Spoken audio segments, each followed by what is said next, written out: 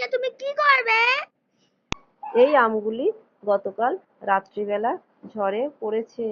আমরা সবাই মিলে আমগুলোকে কুড়িয়ে এনেছি। এই আমগুলো দিয়ে কিন্তু আমরা কিছু করব না, আমরা আমের খোসাগুলো দিয়ে একটা দারুণ ট্রিক্স বানাবো। দেখো তোমরা ভিডিওটা শেষ পর্যন্ত, তবেই বুঝতে পারবে আমি কি করতে চলেছি। ততক্ষণ কিন্তু তোমরা লাইক কমেন্ট শেয়ার করে দিও। অবশ্যই কিন্তু চ্যানেলটাকে সাবস্ক্রাইব করো। দেখো এই খসাগুলো কিন্তু আমি একটু মোটা মোটা করে ছুলে নিয়েছি। অবশ্যই তোমাদের কিন্তু মাথায় রাখতে হবে আমটা যেন টক হয়। সব আম তো আর টক হয় না, কিছু কিছু আম আছে কাঁচা মিঠা হয়। আমাদেরও কাঁচা মিঠা কিন্তু আমের গাছ আছে, এবং কাঁচা মিঠা আমগুলো কিন্তু খুব সুন্দর খেতে হয়, খুব সুস্বাদু হয়। এবারে দেখো আমি একটা মিক্সি জারের মধ্যে সেটাই কিন্তু একটা ফাইন পেস্ট করে নিয়েছি।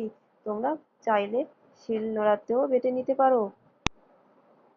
এবার এই পেস্টটাকে দেখো কিভাবে কাজে লাগাচ্ছি।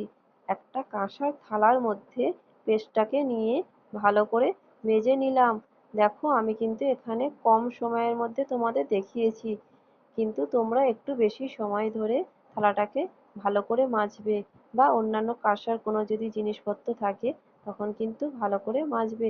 আমার কিন্তু এখানে কম সময় ধরে দেওয়া হয়েছে। আমরা তো আমের খোসা ফেলেই দিই, কোনো কাজেই লাগাই না। অথচ আমরা কাঁসার জিনিসপত্র পরিষ্কার করার সময় বাজার থেকে তেঁতুল লেবু আমরা টাকা দিয়ে কিনে তারপরে কিন্তু ব্যবহার করি। কিন্তু এই আমের সিজনে যদি এই ট্রিক্সটা তোমরা কাজে লাগাতে পারো, দারুণ না? তাহলে কিন্তু এটা কিন্তু তোমরা সংরক্ষণও করতে পারবে। দেখো আমি একটা কাঁচের জারের মধ্যে রেখে ফ্রিজের মধ্যে স্টোর করে রাখবো।